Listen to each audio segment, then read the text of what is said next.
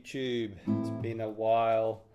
It's been a interesting start to 2026. I was unwell for the first few weeks, and then I went for a kind of spontaneous, last minute trip to Saudi Arabia. So I just got back 2 days ago from that. So I was away last week in Saudi Arabia, did a biblical tour, which was really amazing. I'll share some updates and photos of that really soon. And actually, I wrote a piece in Saudi Arabia as well. It's still in development. Let me know if you do want to hear a little bit of it. If anyone's in the chat, you want to hear a little bit of early preview of the new piece. Let me know if you do before we get into Carcassi. Hello, Fred. Yeah, so it's a whirlwind trip, climbed up a mountain,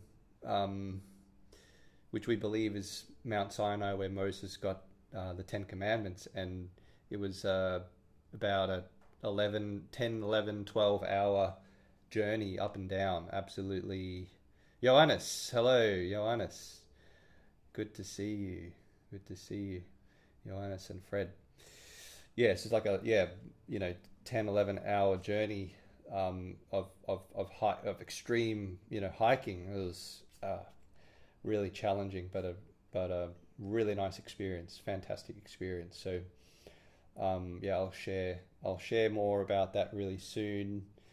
Damien as well, hello. We've got our kind of usual crowd here, which is great. You guys ready to learn? Get your notebooks out. We're going to do the usual thing. We'll play the study by Carcassi, and then we'll do a general technique overview of it. This one is really great for slurring. Very, very good study for slurring. And then we'll analyze it, and this is a really good one for analysis too, as all of them have been. So hope you've enjoyed that. And remember, you should see a playlist on my YouTube channel where all of the other 7 Etudes should be just in a playlist there. So was the bush still burning? No. You know what's interesting though? I wish I've got some rocks from up there, and the rocks are really charred. They're like black. The rocks are like really black, like they look like they were burnt. So that's one of the reasons for choosing this mountain. There's other geographical sort of reasons as well. And yeah, Saudi Arabia, a beautiful country, and only recently opened to the tourists. Only, I don't know, 3 or 4 or 5 years ago, something like that. So real honor to be able to travel to a country that sort of hasn't been explored that much by foreigners. So yeah, really special journey. Yeah, so anyway, Carcassi study number 8, that's the agenda for today. So yeah, there you go. So we'll get right into it. So let me get the score up for you, and I'll play it through. Here's the score. Got a bit of rain. It's very humid, hot and humid here in Melbourne, hotter than it was in the Saudi Arabian desert. So this is study 8, a short one, pretty short but sweet. And as I said, focuses a lot on slurring. You can see all the slurs. Most measures have slurs in them. There's this kind of repeating figure in it, in the key of E major.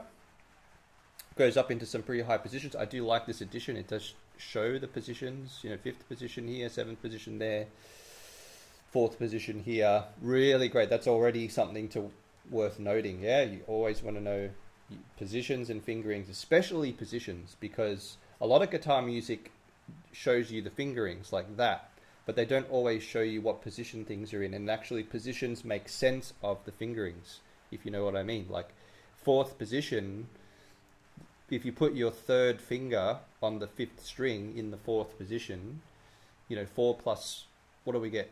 4 plus 3, is that how it works? Is there a mathematical equation? Anyway, You put your first fingers on the fourth fret. It's 4 plus 2. If you put your first finger on the fourth fret, and then it's one finger per fret, this is what I'm trying to explain. First finger on the fourth fret, so first finger's on 4, second finger will be on 5, fret 5, third finger will be on fret 6. And that's how a lot of the logic behind where to put our fingers works, is by what position are we in, one finger per fret. And then obviously sometimes there'll be exceptions to that. Our fingers will either squeeze out of that position or they'll stretch out of that position. But generally it's one finger per fret. So really, really good little thing to observe in this particular edition. Like, you might download another edition of these studies and not see those position markings. You might download another edition. You might not see any fingerings. You might see typos. You might not see any dynamics. You might not see any tempo indication. So you've got to be a bit careful these days, because there are a lot of editions and we don't have much quality control these days, unless you buy it. Like, if you purchase something from a shop or an online store, even from an online store, you don't necessarily know, because it's possible for anyone to go on Amazon now, or most of the Sheet Music Plus or Sheet Music Directory, whatever website, even IMSLP, you can upload things. People can upload things without any quality control. So please be careful about the editions that you use. Try to go back further rather than the more recent editions. Try to go back closer to the time of when the composer was around, because you'll probably be getting an edition that they had a hand over that. There's a publisher, and the publishers can make errors, but the composer probably very likely had some sort of hand to play, and in making sure, like, the markings, the fingerings, the dynamics, the tempo, all of those indications that they wanted were there. Now it's a bit like sort of like Chinese whispers, if you know that game. Like, over time things can get muddled, things can get lost, things can get changed and altered. People will change things and not really say anything that they've changed anything, and so you can end up with quite a different score. So it applies to anything you play on guitar, any piece, especially the older pieces, especially the older ones, like these ones. So check your editions really carefully.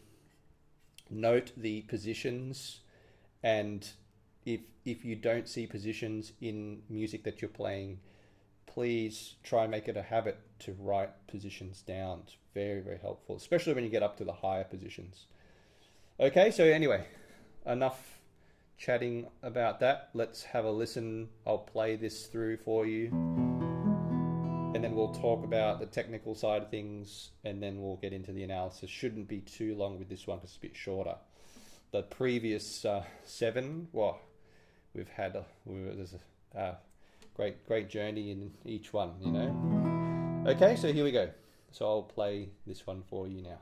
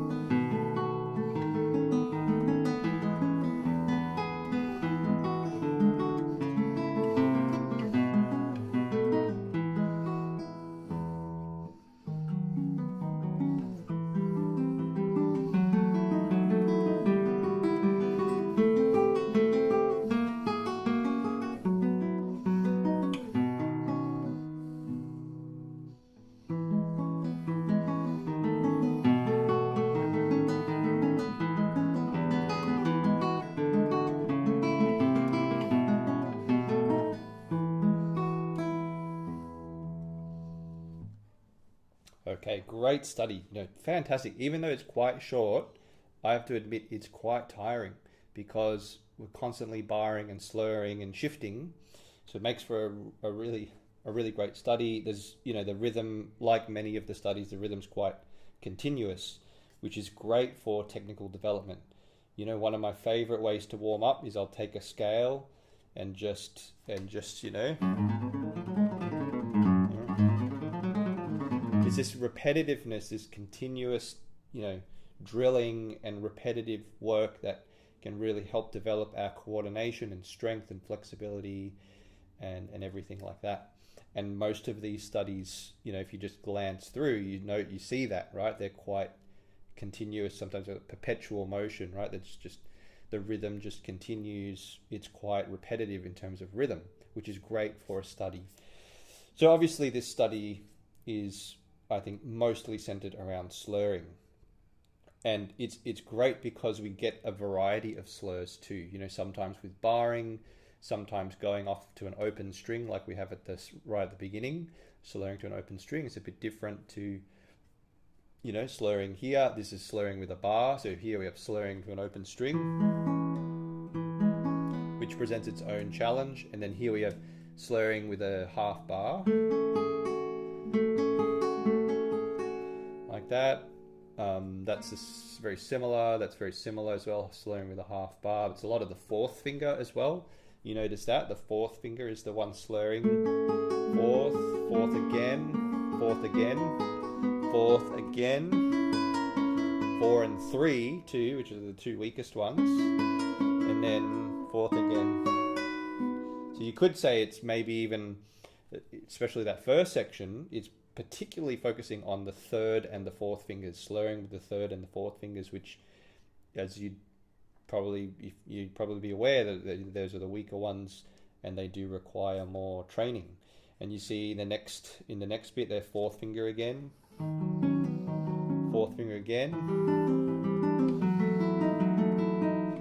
third, oops, no, you could use the second, fourth finger again, fourth finger again, fourth finger again there, oops, third finger there. So I just noticed this honestly right now, that after just talking about it, that most of these are focusing on the third and the fourth fingers also. So that's probably why it's quite tiring to play it. If you do try to play it, you'll realize that it's quite demanding. So there we go. So when it comes to slurring, what are some things to consider when it comes to slurring? We want that second note to be clear.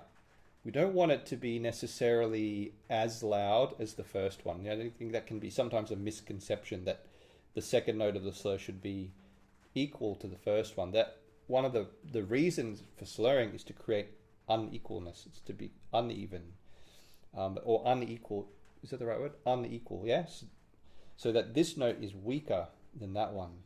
And that creates some nice interest, because if we took the slur out, it would be very equal, and it gets a little bit a little bit more flat and boring, right?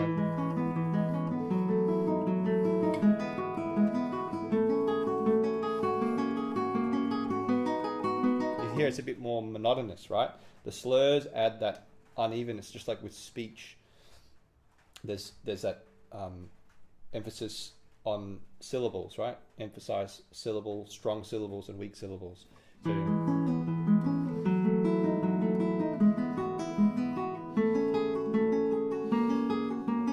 So there's a really fine balance that we want, where we want that second note to be a little bit weaker than the first one of the slur, but not too weak.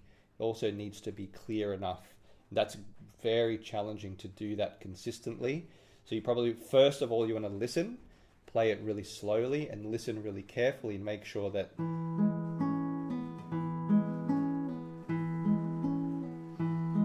because we don't want we don't want the second one to be too loud. We also don't want it to be too soft. Like that. So we kind of want it to be in between. How do we achieve that? It has a lot to do with the direction of the movement of the finger. Now I'll go back to a full screen so you can see. Got a bit of rain coming here too. So slurring is a lot about the direction of the finger. So you basically want to pull the finger to the side, right? Like, see how I pull the finger sideways there? So that's giving me that nice crisp slur. Now if I pull the finger up, the slur becomes a lot weaker. So you kind of want to balance. Now you don't want it to be too much to the side, because you can get a little bit of an unattractive sound if you pull the string too hard. So you kind of pull it, you want to do it kind of gently, the slur, not too forcefully. It's kind of a gentle, relaxed movement to the side, yeah, like that, to the side, okay? Now, for those of you watching, you could just play that little bit and work on that movement, and that'll be a great exercise already. You just play that first, group of notes, and that's it. That's already a great exercise for developing that, balance of the slur in terms of the sound of it, and also the movement to the side. Okay, so I think I can probably leave it at that. That's really what it's all about. Making the slurs sound beautiful and then executing them well technically, by pulling the finger to the side in a relaxed way. That's pretty much what it's all about. Easier said than done. So I've said what the goals are, but actually achieving them does take work and practice and drilling studies like this. So, all right, so that's what it's all about technically, I reckon.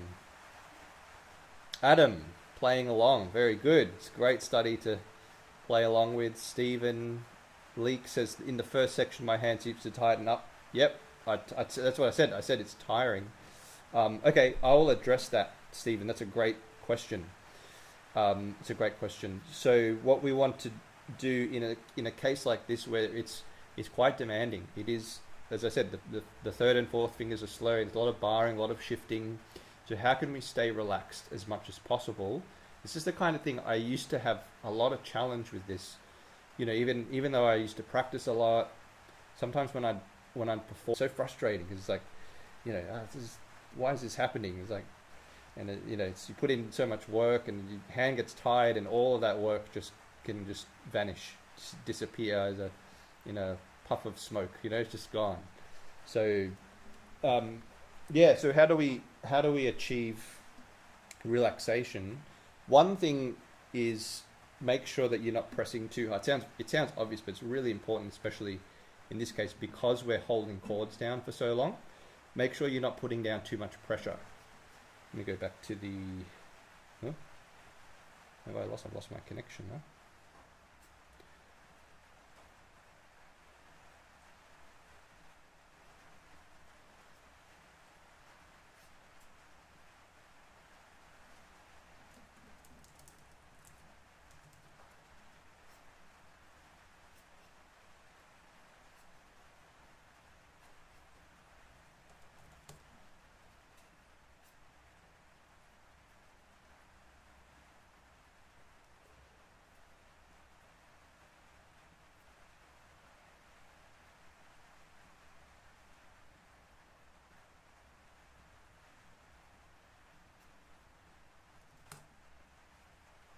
I'm back, am I? Okay, I don't even know if I'm back.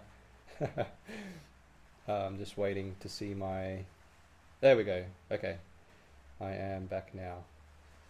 Apologies about that. I think I just had internet connection issue there. So I'll just wait a minute and let the internet sort of settle. It does look like I'm back. So I was talking about Stephen's question, just in case you missed it, about getting, tightening up, hand tightening up, getting tired as we progress. I think, Stephen, it's a combination of going up the fretboard, but also by the time you get to that point, which is bar 1, 2, 3, 4, 5, 6, 7, you know, 7, 8 bars in, you're already a good deal into the piece as well. So I think that's what it is also. So it's probably the combination of having the bar and also just maintaining the music for that long. So you know, it looks like my connection's a bit slow. I'll just give it another minute to speed up again. Hopefully you caught all that.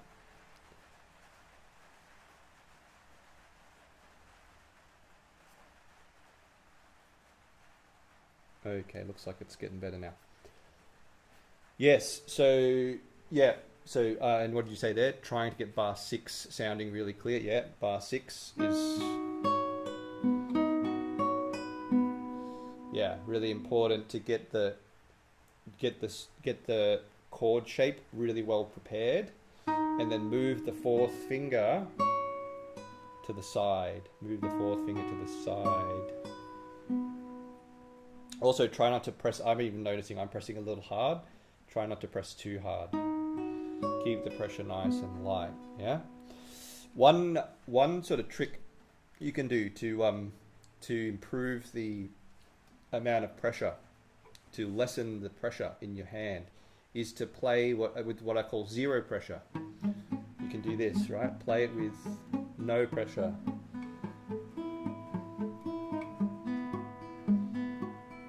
So I'm making the movements, I'm placing my fingers where they need to go, but I'm not putting any pressure down. And that's teaching my fingers to, you know, go to the correct place, go to the correct frets, but not put any pressure down, because it's very often quite a reflexive habit. We put our fingers down, immediately the pressure comes. So we're sort of trying to unlearn that, trying to replace that habit. So give that a go as well. And that's something you can apply to anything you're playing as well. Just try playing it without pressure. You could even alternate, no pressure, and then put the pressure on.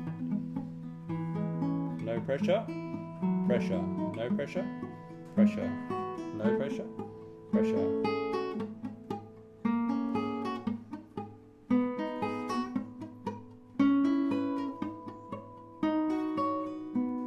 Okay, that feels really good. Like for my hand, that feels much more relaxed, because I'm taking a kind of a relaxing in between each chord shape there.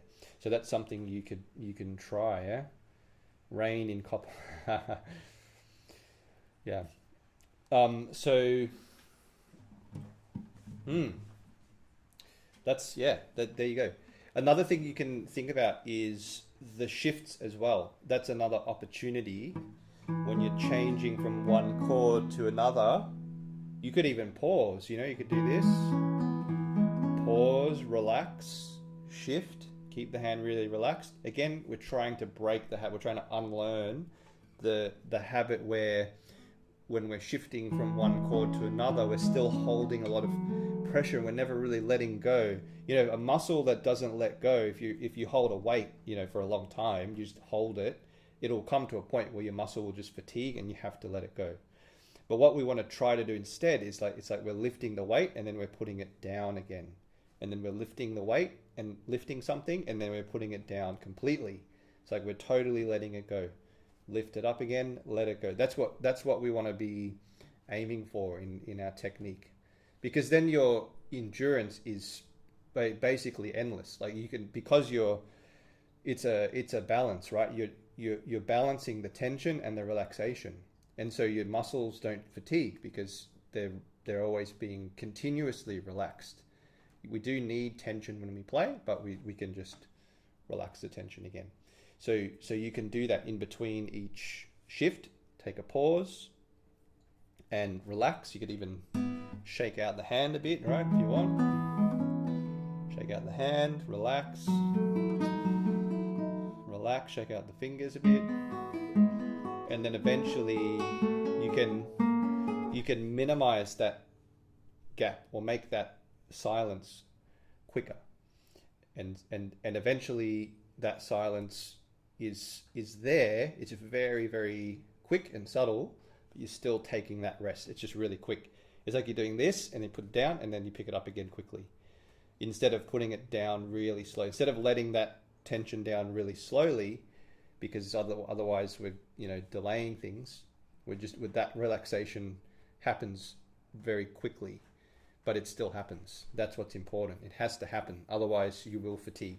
No doubt about it, you will fatigue because the muscles are just, they're just they're in high activity for so long without the chance to relax. So hopefully Stephen and others watching, hopefully that helps with your technique in general. And then if you do give this study a go, but you know, that's one of the things I love doing is pulling out principles and frameworks and things like that, guidelines that can help us in any scenario, right? These things we've talked about so far with slurring and with what we just talked about there with relaxation, tension and relaxation. I hope that can help your playing just generally with whatever you're doing. And you know, playing without tension, playing without pressure, no pressure. And then taking the pressure off in between. You know, how relaxed. It's like we're playing on air, you know, like air guitar. It's like air guitar. But we're actually playing though, you know, but it feels like we're playing air guitar. That's kind of the goal, I think. Yeah. So, all right, I think that's enough there with the technical aspects. Unless you have any questions, let me know if you have any questions. Love to hear. Looks like there's a few people here, so thanks for joining as well. Really glad you're here. And the purpose that I could just record these videos, but I do like the live stream. I like the interaction, the questions, and you know, it helps me to think about questions that I might not consider, because yeah, you guys, you know, you've all got your own journey and your own challenges and your own questions, so just feel free to pop them in the chat. I will start the analysis now, but I'll keep an eye on the chat as well if anyone has any questions, and it could be to do with analysis as well. So let's get into this study now. All right, what do we always start with when it comes to analysis? You should see a link to the analysis guide in the video description. There should be a link to the analysis guide there, so check that out. But what do we always start with when we analyze a piece? I'll keep an eye out in the chat for your answer. Very important order. There's an order to things that can be really helpful if we start in the right place. And we've actually just started covering these types of things in our foundation composing classes. We spoke about these. We've actually covered it in this very order. We started with, I'm waiting for the chat, but I'm not seeing it yet. So we started with form. So how many sections are there? Do the sections change key? That's our first question that we want to answer. The first thing we want to look for when we analyze a piece. Yeah. Joanna says the second bar in some editions does have the slur. Yeah, interesting. Yeah, because this one doesn't. Is it interesting, huh? Because you could very easily change the fingering like that and have the 4-3 slur on the second string. Very good. That's a great thing about studying different editions and finding things like that, and then you can say, oh, what's going on? Why does this version do this and this version does something different? So form. Yes, we start with the form. How many sections are there? Do we have changes of key? There usually will be some sorts of key changes, but this is quite short. And yes, Fred's pointed out he said binary form. He said rounded binary form. Yeah. So I think that's probably correct. So we see the repeats here, repeat at the end of 8 measures there, and then a start repeat here, and an end repeat there, and that's probably 16 measures. That'd be 8, and that'd be 8. So 16. So we have an A section that is 8 measures, and we have a B section that is 16 measures. And that is a clue that the B section is probably rounded binary, meaning what that means is the A part of the A section returns at the end, towards the end of the B section.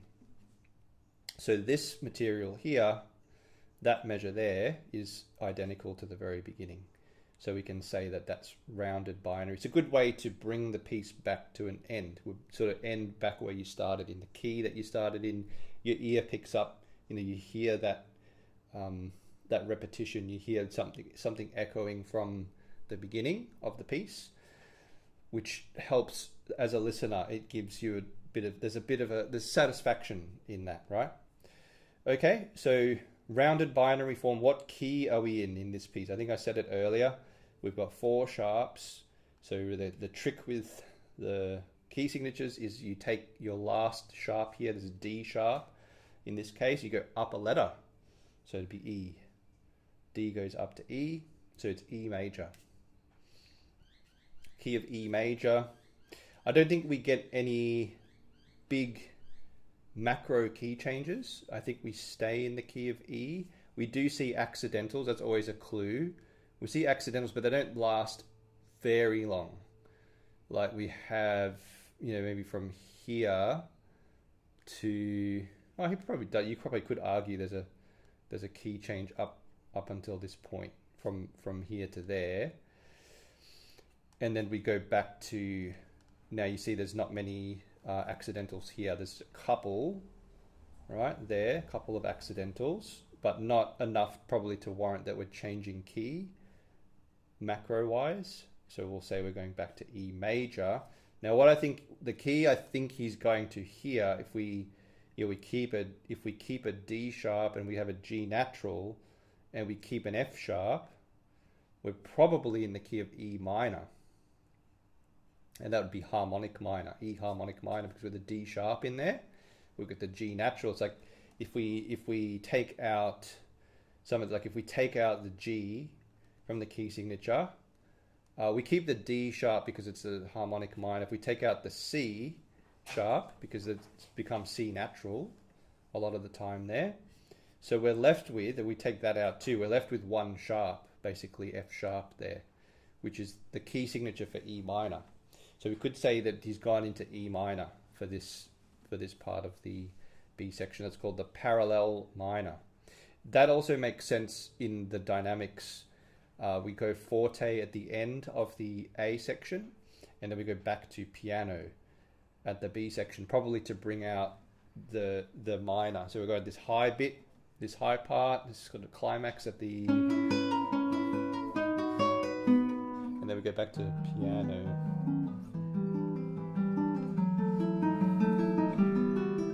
You can kind of hear how it's darker, right? Because it's in minor. And then forte, because I think the forte is there because we get the reinstated sharps again, C sharp and G sharp, and also A sharp. We'll discuss that later. Why is there an A sharp there? But we're sort of re-establishing E major again, so it's nice and bright. So the E minor is dark and the E major is bright. Very typical, right? It sounds straightforward, but that's kind of how it is. So E minor gets a bit darker, and then we go back to the bright E major again. Piano forte, which means, I think, if I'm not mistaken, piano but with the character of forte. It's like soft but with a character of forte. Doesn't mean necessarily, it's like soft but with a strong character. Yeah, so it's always good to tie in, ask the dynamics and ask why are they there? Why are they there at those exact points? What's the meaning behind those dynamics? I mean, let alone just bring them out. Yeah, obviously we want to bring out the dynamics, but also, lost my internet again. Not a good day for internet.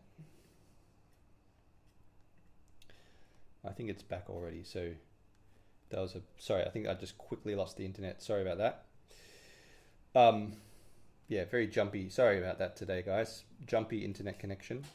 I'll just continue. So yeah, what was I saying? Yeah, the dynamics. We will look at the dynamics. Why are the dynamics there? That just asking that question alone can help you to actually bring them out, because you're not just following an instruction. You're not just looking at a P and saying soft, but like you're saying why? Why is it soft? Oh, it's going to minor. It's darker. Now you're starting to really bring out the dynamics when you do that. So, okay, so there we go. We've done the form and the keys. So the next step is to look at the phrase structure.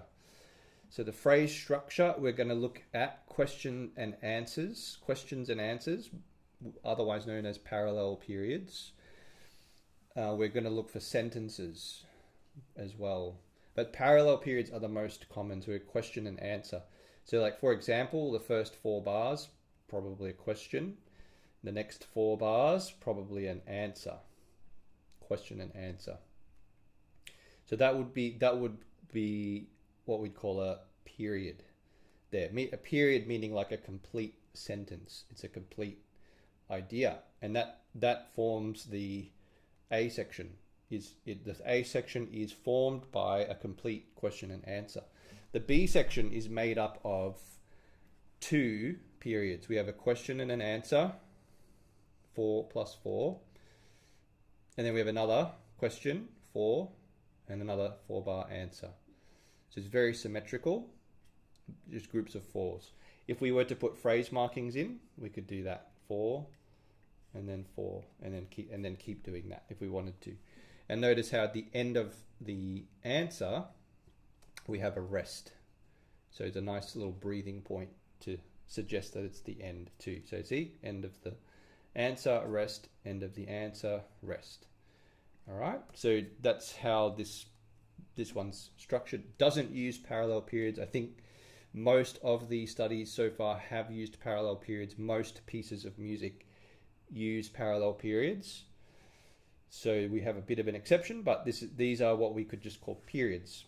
Parallel periods would be repeating each other. So the first like 2 or 3 bars of the question, you would see repeated in the first 2 or 3 bars of the answer.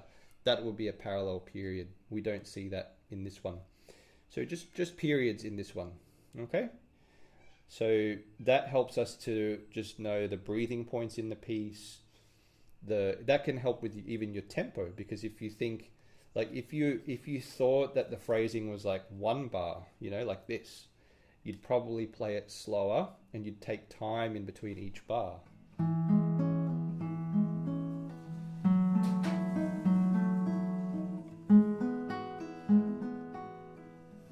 Something like that, right? So that understanding the phrase structure has an effect on the tempo, the momentum, the punctuation of the phrasing. I'm going to keep playing through to the...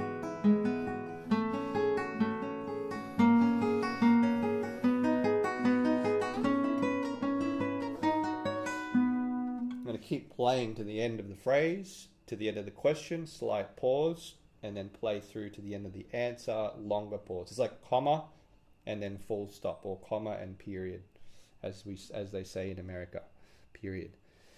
All right, so I say this every time, every point of analysis informs our interpretation of the music. It should. Otherwise, what's the point of analyzing? If it doesn't inform or help you in some way,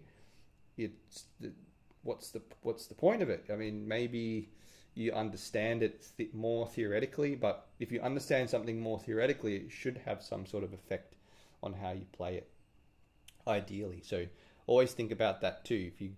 If you do analyze something, think about that final step.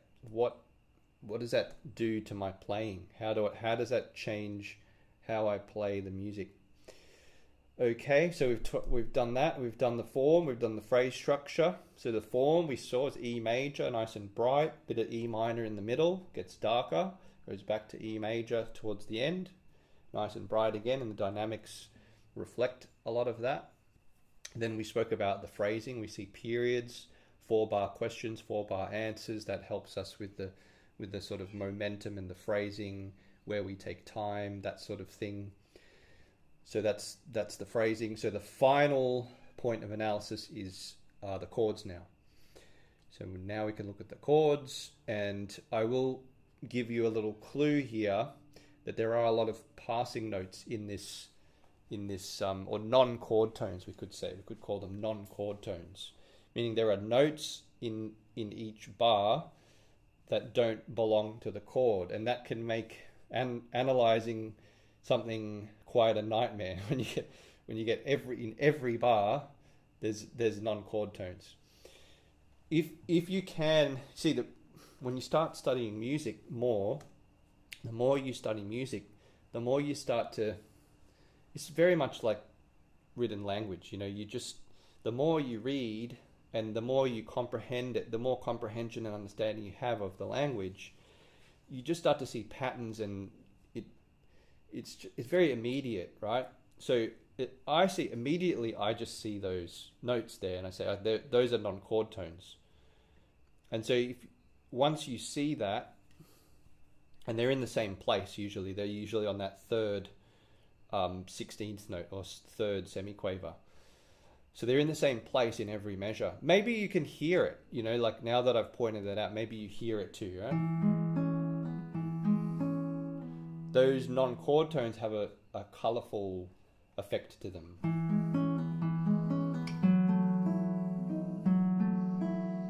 There's tension and then resolution.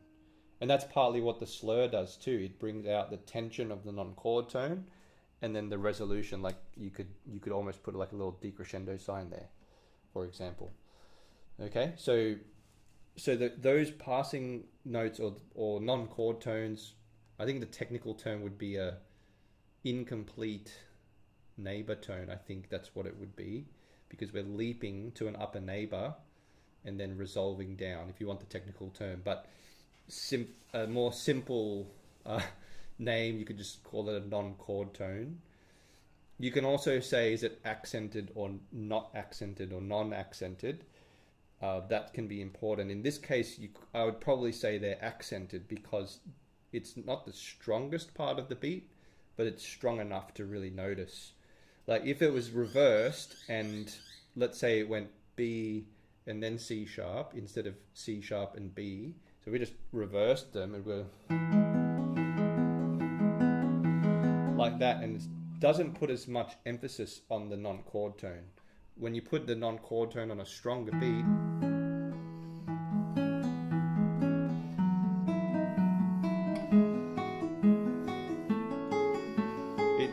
it brings it out and highlights it more. So with that in mind, now that we know those are all non-chord tones, it makes analyzing the chords much easier.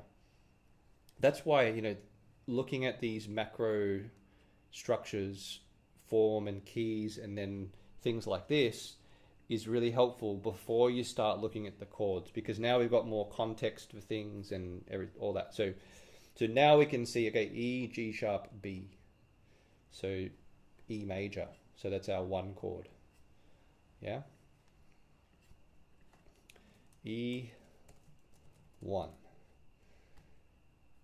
So then we take out that E. So we've got F sharp, A, and D sharp. If I play that,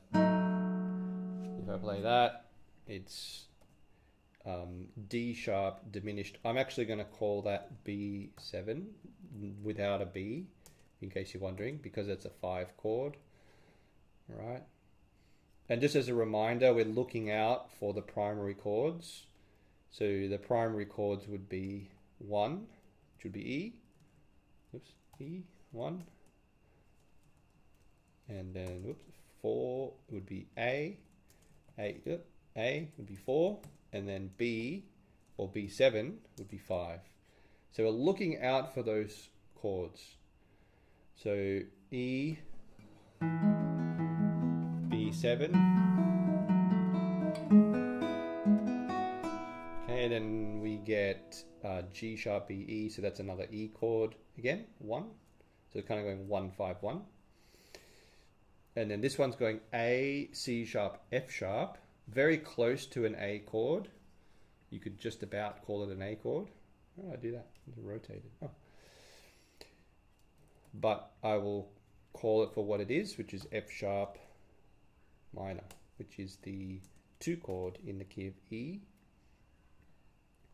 Okay, so it's the 2 chord, so we're going 1, 5, 1, 2. And now he's chromatically raising the A to an A sharp, so that makes it, instead of F sharp minor, it becomes F sharp major, which is not a chord of the key.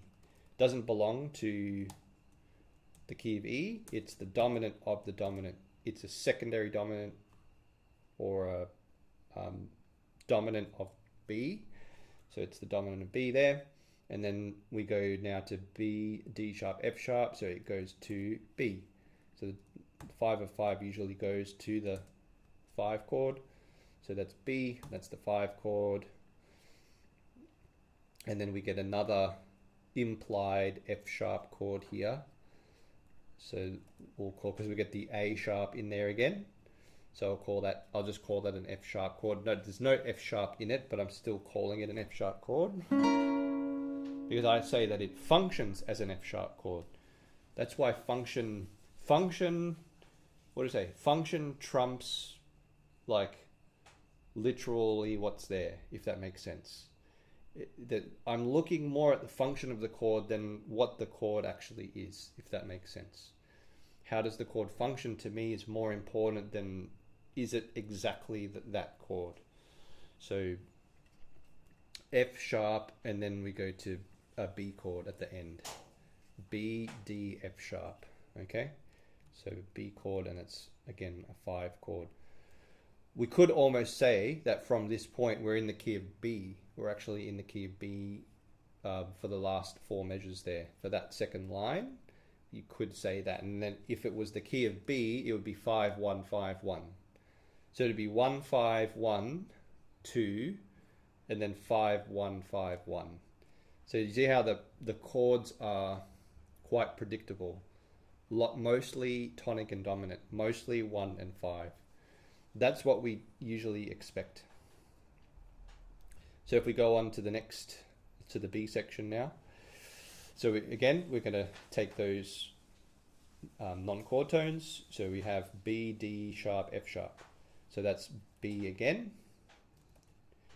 But now we're heading into E minor. So this, if we take out the D there, that is a nice C chord. C major. Now C major doesn't fit in the key of E minor. C major doesn't fit in the key of E major. So that's why we can say we're in the key of E minor, and now it's E, F, G, A, B, C. It's the sixth chord in the key of E minor. And then the next one, again, we have the non-chord tone. F sharp, A, D sharp. We've seen that chord before at the beginning, so that is B7 again, which is the 5 chord of E minor. And then if we take this note out, we have G natural, B and E, so E, G, B. That's E minor now. That's our new 1 chord there, E minor, lowercase 1. Then we have F sharp, A, and C natural, which is F sharp diminished 7th, which is the 2 chord in the key of F sharp diminished 7th. Oh, just F sharp diminished, which is the 2 chord in the key of E minor. Then we take a little turn here. We actually use this, it's the same chord as that, as before up here. A sharp, C sharp, G sharp, and F sharp. So we can just copy paste that. That's F sharp major. So it goes from F sharp diminished to F sharp major. F sharp diminished to F sharp major. See that bright change, right? Very dark. Diminished chord to... That's where he puts the forte in, right? It's great. and then we go to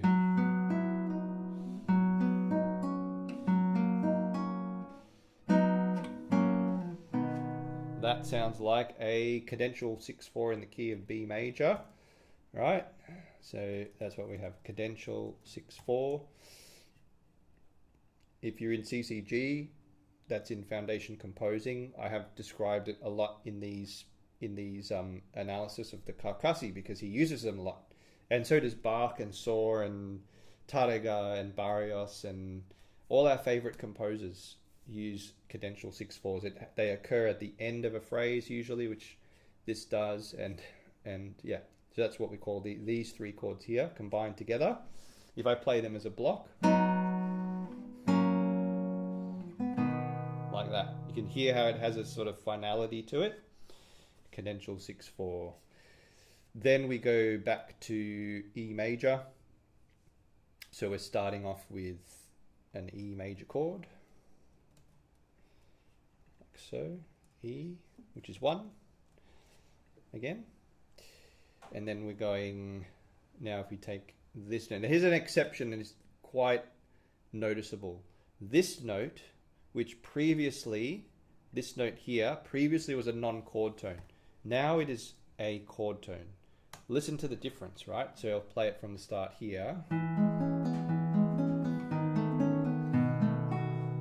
There, see? No non-chord tone. Has a beautiful effect. That has a really beautiful, and maybe that's why that crescendo's there. There's something very satisfying about that. So that is our B chord, B7, that's our B7 chord, 5/7, so 1/5, and then he flips it around and he goes 5/1, so 1, 5, and then 5, 1, and he does that same thing again where there's no, this note here is a chord tone now, so then he just flips it around, B7, and then E. All right, now at the last, the home stretch here, the last 4 measures, you can see that I'm noticing a chromatic bass line a little bit. So we're going E, D natural, C sharp, C natural, B. So that's chromatic from the D natural to the C sharp, C natural, B. So I'll play that, listen to the chromatic bass line.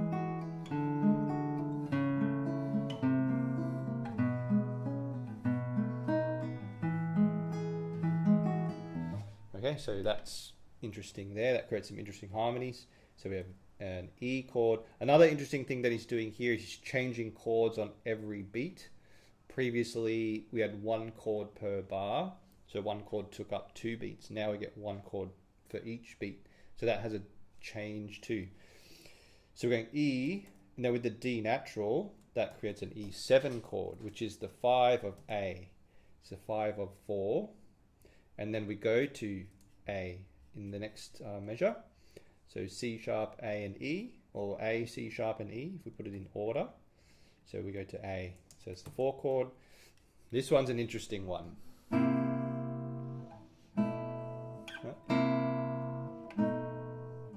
He's kind of doing something like that, going...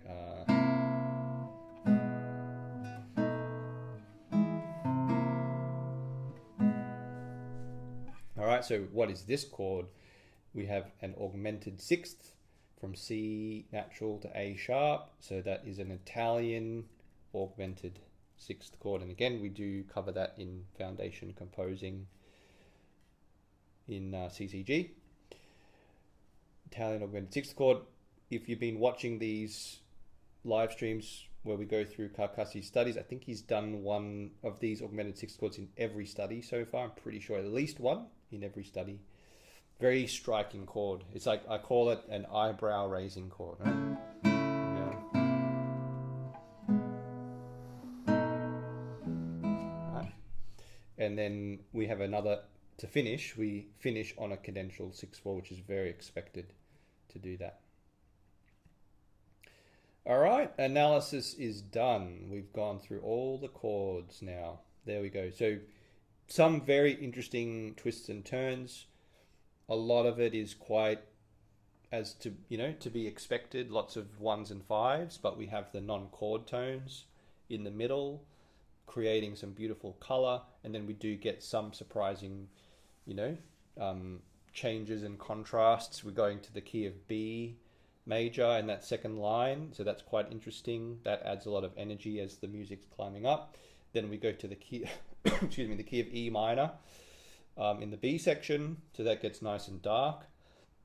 Then suddenly he brings in this F sharp major chord here, which suddenly gets bright. We get the forte, takes us back to E major. So we go to E major again, nice and bright again. And then we get a nice little bit of surprise at the end, towards the end here, with the chromatic bass line, using some interesting chords there. So it's a beautiful study, fantastic for your technique, especially for your left hand, for your fourth and third fingers, for slurring, relaxation, all those things we spoke about earlier. So hope that was helpful. Oh, here we go. So, sorry, I did looking at the chat, and Adam's asked if a chord would be F sharp 7. Hopefully I answered that question for you, Adam. Not sure which chord you're referring to, but it's very likely that it could be F sharp 7. If there's an E in the chord, yeah, then it could be an F sharp 7 chord. This one, is it this one? Probably this one, because there's an E. There's an F sharp chord, but there's an E in it. So yeah, we could say that's an F sharp 7 chord. Yeah. Okay. Yeah, fantastic music by Carcassi. Absolutely wonderful. So if you'd like, look forward to getting to this one. That's awesome, Adam. Yeah, love to hear you play it. Let me know if you're working on it. And yeah, if you guys, if you want to learn more, you can join our community, the Creative Classical Guitarist, or you can check out this free workshop that I did too. If you want to learn about, if you want to learn a bit about composing, a bit about harmony and chords, some of the things we spoke about relaxation and that sort of thing. There's a workshop there that you can just check out. You don't have to sign up or anything. You can just check it out. If you're interested in that, there's the remaining all the other videos from the Carcassi Etudes, but the Creative Classical Guitarist is where all the action really is. If you want to really dive into this kind of thing, where we do composition, we're learning about sonata form right now, which has been really fun. We've seen a great collection of sonatas being written. In case you don't know what a sonata is, it's a very large scale piece. So we're seeing seeing these sonatas being composed right now, and then our next topic will be the rondo form.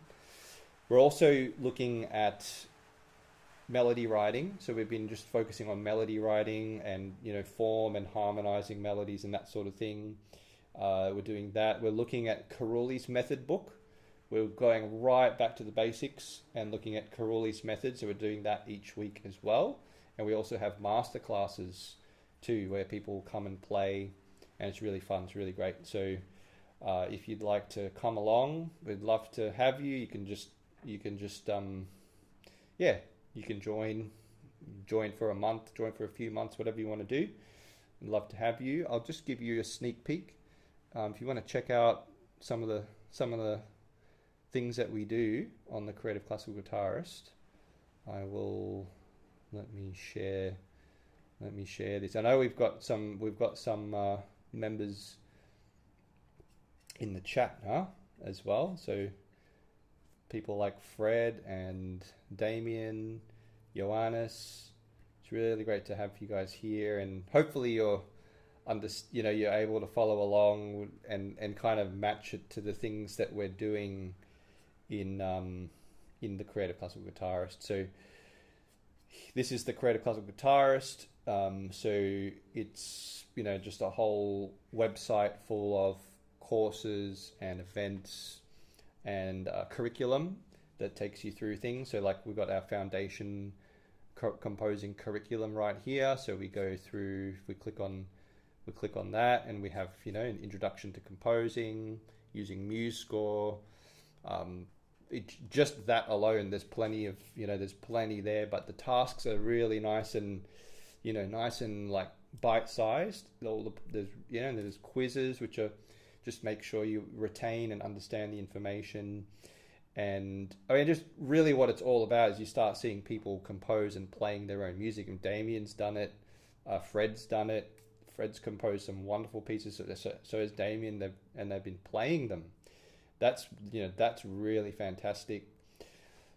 We see people playing recitals as well, sometimes including their own pieces. Some people will play in master classes and start to feel a lot more in front of people. It's just fantastic. Books published, by the more serious composers as well. They start to publish their music into books. It's been really fun. Yeah, we did, Adam. I did play through the full piece. At the start of the stream. I think I just lost my connection again. What a day for the internet, huh? I think it's just momentary.